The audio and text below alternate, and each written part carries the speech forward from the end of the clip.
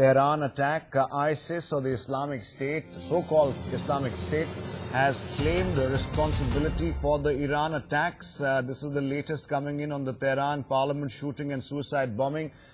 IS has claimed responsibility for these attacks, and you can expect now Iran to go hammer and tongs against the Islamic State, which is already reeling in their strongholds in Raqqa as well as in Syria.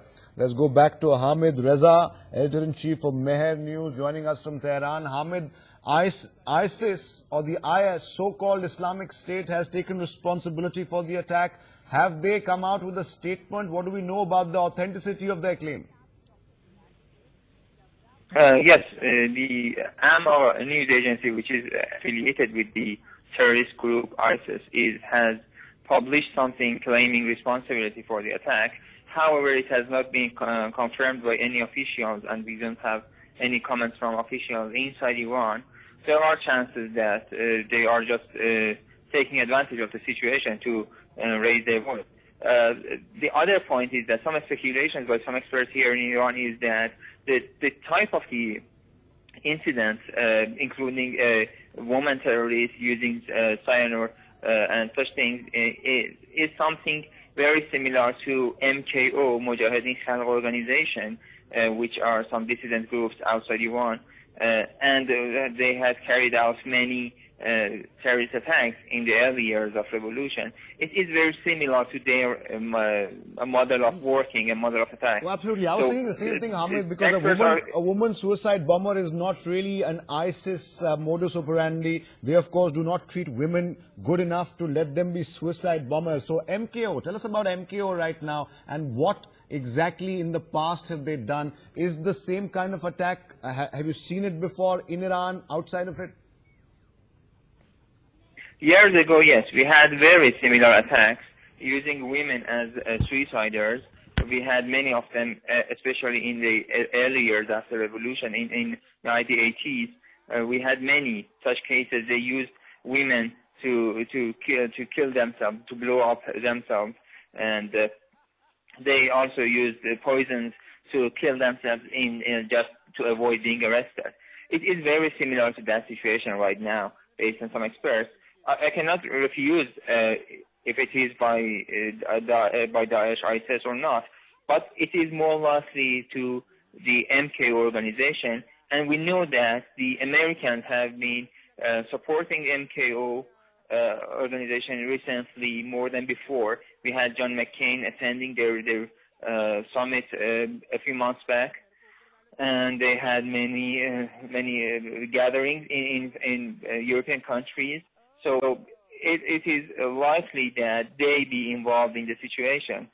But still we should wait to see the security and intelligence forces find out about from those detained today, and to find the connections and the links between them and what organizations are linked to. Right, Hamid, but the initial bits of investigations that are on at the moment, and the people who have been arrested or detained after these twin attacks, what is the indication right now? Because on one hand, of course, like you're saying, it could be MKO. On the other, the ISIS has claimed responsibility. Looking at the modus operandi, it is questionable as well. But by the information that's trickling in, or the people, the kind of people who have been detained, who are being questioned because of these attacks. We don't have any information from the detainees Okay. so far. We don't know anything about them. No official and other rumors. We don't have anything about them right now.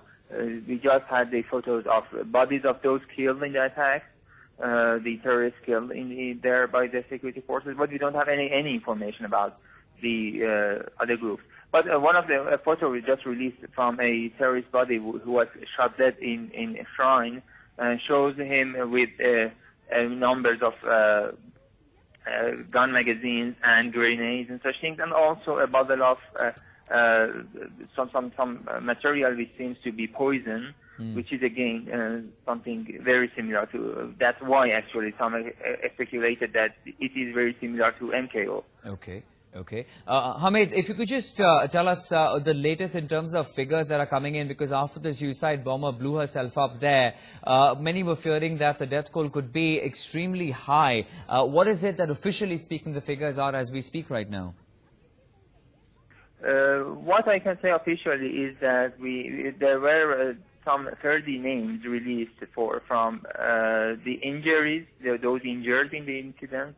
We have so far, reportedly, we have 7 killed totally, 1 in Shrine and some other in Parliament, either inside or outside the building, from civilians and security forces there. And that's what we know, about nearly 30 people injured and some 7 killed. Okay, and what about the hostage situation that was being discussed? Any word on that front? What are the authorities saying? No confirmation yet about hostage taking. We know that some terrorists are now inside the building of the Parliament, inside the offices actually, where they are surrounded by security forces. We had some of them blowing something, an explosive device. We don't know if it was a grenade or some vest. But some people inside the Parliament, some reporters at the scene, say that the gunshots are not being heard from the terrorists. It seems that they are running out of the bullets. Okay. So, again, another report says that they have arrested one of the some reports say that they have arrested one of the terrorists. Another says they have killed it. We don't have any confirmation right now. Okay. And you know the situation is very tense. We don't have any easy connection inside the Parliament right now. All right, Hamid Raza there of the Mehr News. Thank you very much for speaking with us right now, bringing us the details there. The situation continues to develop there in Iran. But for the moment, let's